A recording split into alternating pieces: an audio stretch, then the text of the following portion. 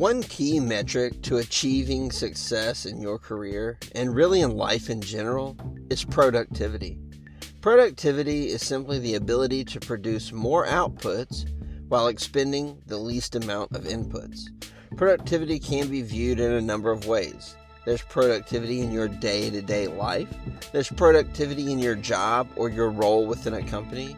And then the overall productivity of your company or the business you work for. Regardless of whether you're looking at life, your specific job, or even your company or maybe your department, productivity is critical to success. It's often the case that our inputs are expensive things. Inputs are things like time, labor, or even money. Products and services cannot be provided without spending time, putting in effort, and both of these cost money.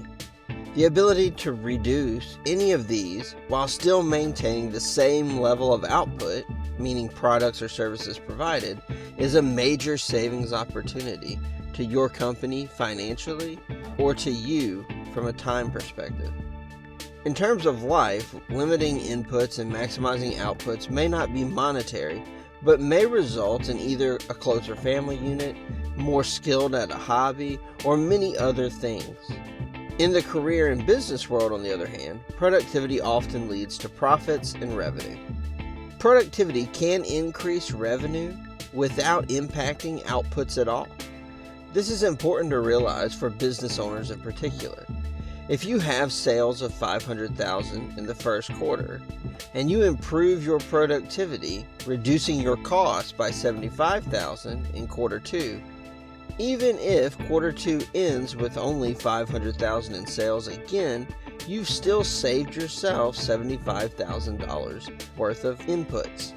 Meaning quarter two was significantly better than quarter one, and you did not increase your sales volume at all. Understand productivity and work on improving yours. If you improve your productivity, you will find success in daily activities, success in your career, and financial success in your own businesses.